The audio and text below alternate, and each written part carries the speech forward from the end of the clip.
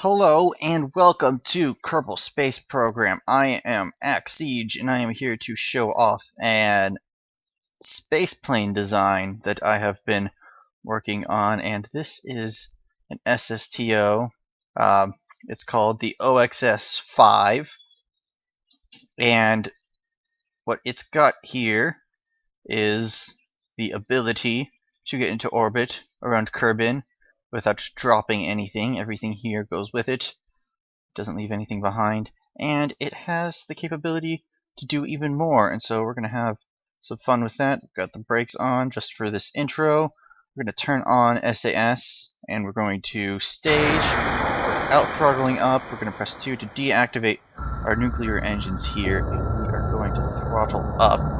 This thing's going to take off at about 55, just under 60 meters a second. We need to make sure we don't hit nuclear engines, and we're going to just go straight up, and I'm going to fiddle too much with the controls, and then it's going to stick right in place and be awesome.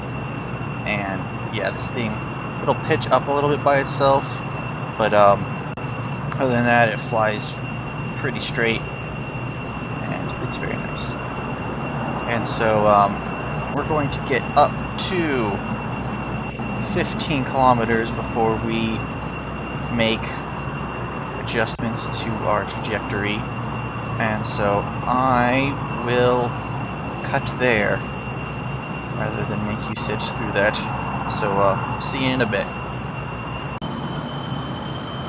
Alright, so we are getting very near to our first objective altitude, and we're pointing up at 45 degrees, which is the 90 center of the nav ball. Not the center. Is there a center? There's no center. There's a center. Derp.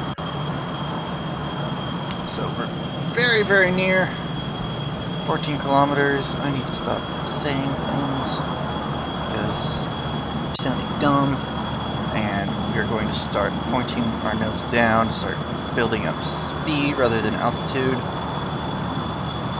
Point around 30 degrees. Around 30 degrees. Precision isn't super important.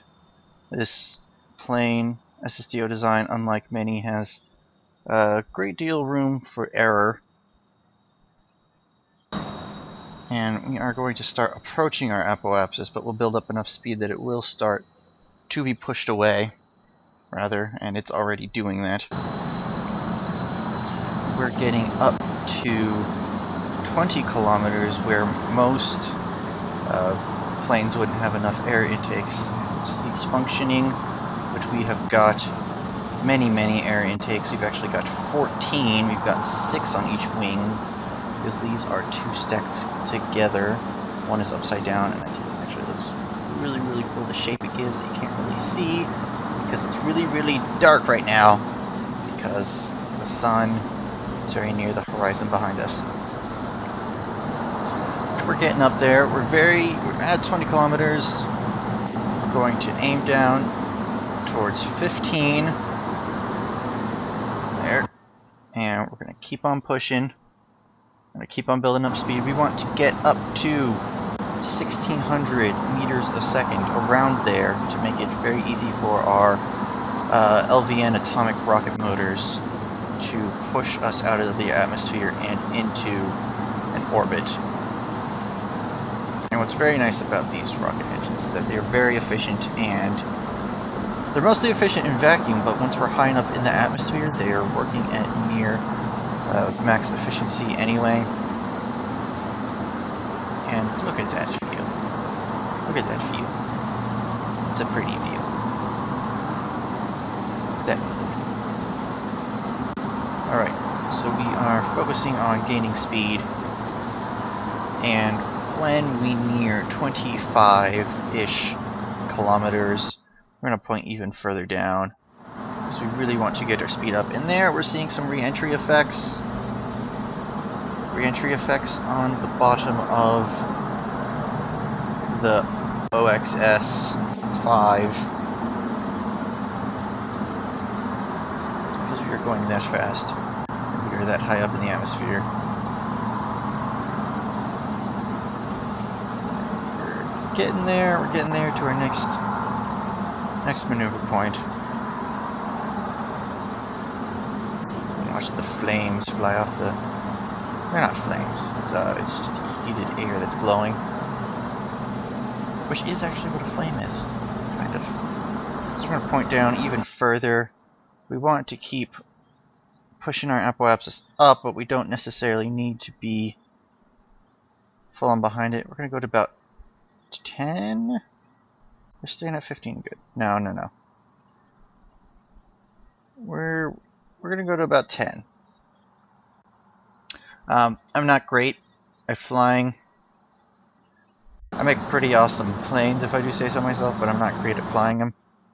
So, I'm sure someone else could fly this in a more optimal fashion and get even more out of it. But it has quite nice capabilities. Look at this view! This is a pretty game. Space is a pretty place.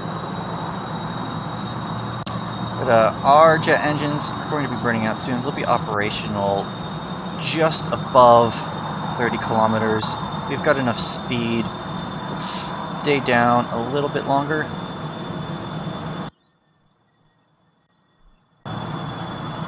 And just push our speed up even higher. So the faster we go, the easier it is on these nuclear engines to get us up. And I might just let us burn out because I have them set up vertically and an asymmetrical burnout that throws off your pitch like that is much easier to recover from than an asymmetrical burnout that throws out yaw and just starts spinning. Spinning's not fun. So we're going to try to get it pointed to 90 and stay there. I'm going to fiddle with the controls too much. And there, it's going to stick. And we're going to watch it. And we're going to just watch it go all the way up. We're going to aim for an orbit around 120k, 120 kilometers. It's a good number. And I am not going to make you watch all of that because it does take a while with these nuclear engines because they are pretty weak. And so I will see you in a bit. So we have overshot our orbital objective by a little bit. It's not a problem.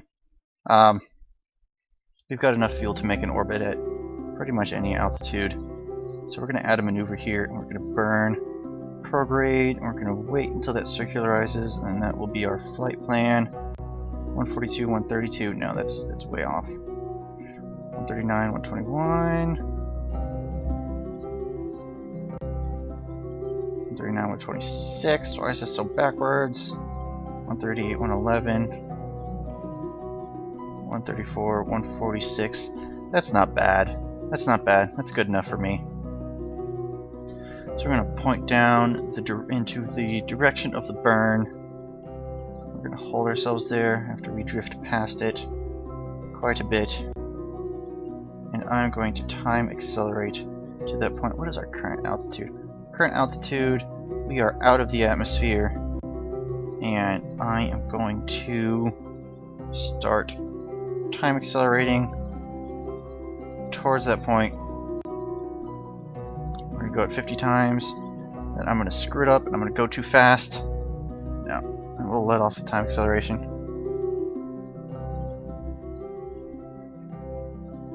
There, we'll go at 5 times. And we start burning just before maneuver node.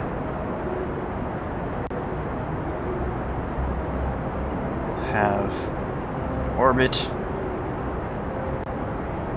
Watch for it to start circularizing, then we'll cut the engines quickly so we don't make it too lopsided. There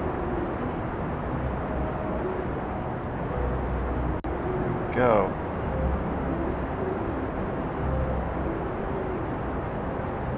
There we go. Perhaps it's over here and it's going to start rotating over in this direction. No, let's burn a little more.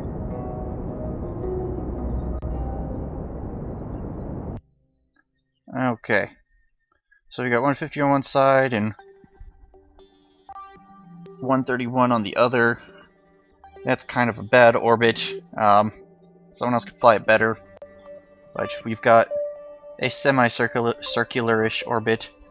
20 kilometers isn't really a whole lot of a difference in the scale of the entire solar system. So yeah, we've got an orbit. We're gonna time accelerate around it in circles a little bit, just to have fun. Watch it from this perspective, and it's gonna go crazy. Let's see what we can't switch our views to him right now.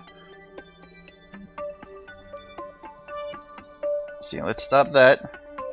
And I said this can get in orbit around Kerbin and more. By more, I meant we're gonna go to the moon. Why not? So I'm gonna place a maneuver node. Place a maneuver node about here. And we're gonna drag that out. We're gonna hope for some interaction. Yes, we got some interaction with the moon. Let's reduce that burn time a little bit. And there we go. So we're gonna start burning.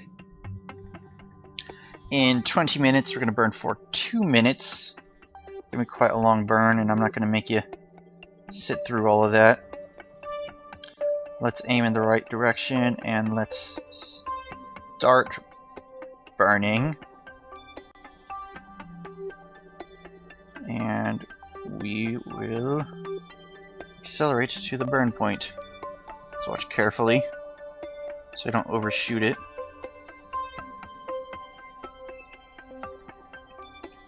And about 3, 2, 1, down.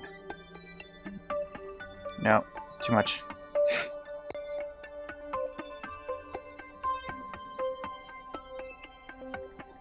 I'm bad with time acceleration. I want to do it too much, and then I'm scared I'll do it too much, so I do it too little. Then I end up screwing it up all in the end. Okay. So, 15 seconds out from the burn. Down to 4 seconds, we'll throttle up. And we'll start pushing out our orbit to get interaction with the moon. And here we are throttling up. And you see our apoapsis is heading out. And I'm not going to cancel that maneuver node. Nope. Didn't mean to click on it. Okay. So our apoapsis is going out. And it's going to be a significant amount of time before we get there, so I am going to cut here, and I'll see you in a bit. So here we are, we're nearly there. We're there. We're there. We've got our contact with the moon, and I very nearly missed starting that recording again. And there we are. We've got moon encounter. We've got moon escape. So what we need to do now is we need to wait 3 hours for encounter with the moon, and then we will start burning retrograde to create an orbit with the moon. And I am not going to make you sit through that, so I will cut again to us getting closer to the moon. And yeah, I'll see you in a bit. So we have been captured by the moon, and we are actually headed on not necessarily a collision course, because by the time we get there we will be quite a significant distance away, but we do need to correct this. We need to not be heading straight at the moon. We need to head that direction, and that should be a simple enough burn. That's not even going to give me an estimated burn time. And KSP is kind of freaking out right now. It does that. So, I'm going to just deal with it for now. What direction do I even burn to do that?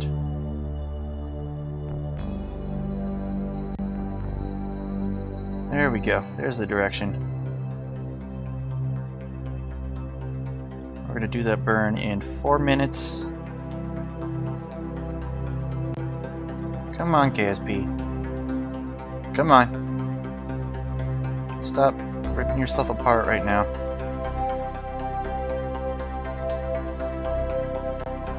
This isn't rocket science. Oh, wait. Yes, it is.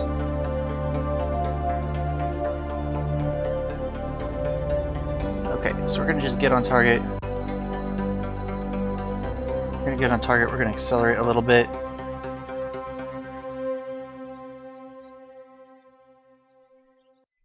And then we're gonna burn.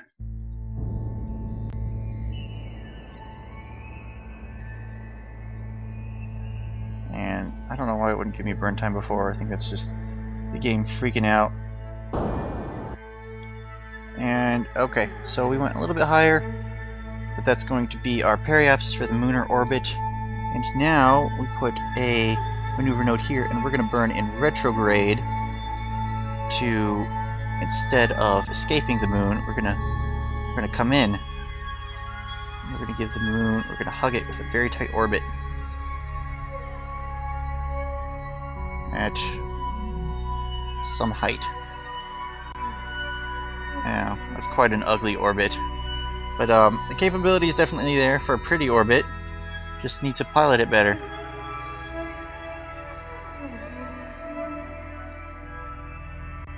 Let's look at this a little. 111, 126 there. That'll fix it a little bit.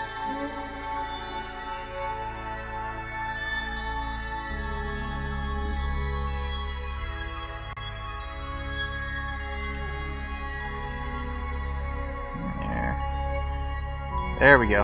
There we're getting a circular orbit.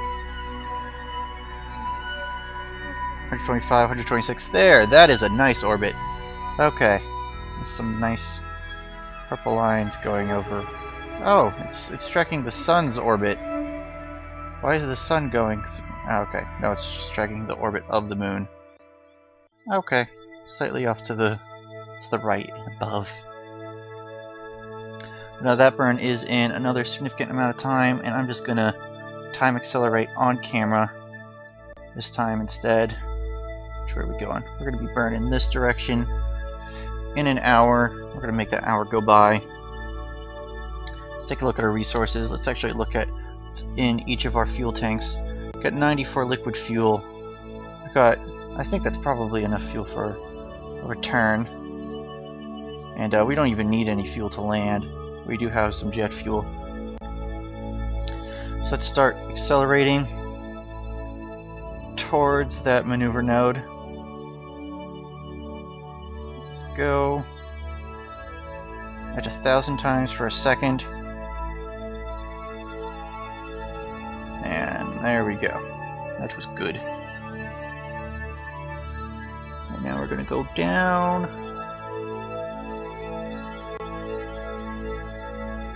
10 times acceleration, and we will be burning in a few seconds because we will burn just before.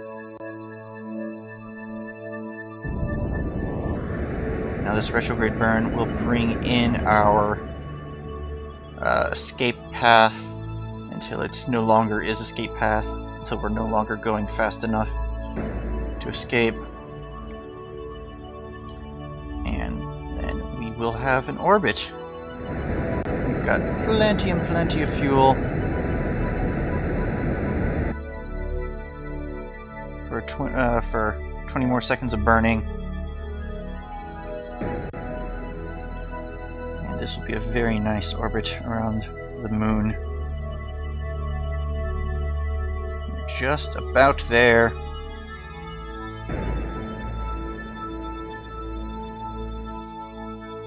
There we are. Now let's go a little bit further. Let's match it up perfectly. There we go. 117, 125. Not exactly the same. Not exactly straight. But that's not the plane's fault. That is my bad piloting skills. But we're here. We're at the moon. We could EVA and crash Calden into the moon. I don't think he'd like that though. Yeah, this is quite a remarkable little plane, in my opinion. We've still got 62 in each. It can take us quite a bit when we're in a vacuum with super efficient nuclear rockets. And we've got nearly 90 units of jet fuel for a powered landing, if we even felt like we needed one, because we actually don't. And this is actually a remarkable glider once it's light and empty of fuel. And I suppose that's all for this time. And thank you for watching, and goodbye.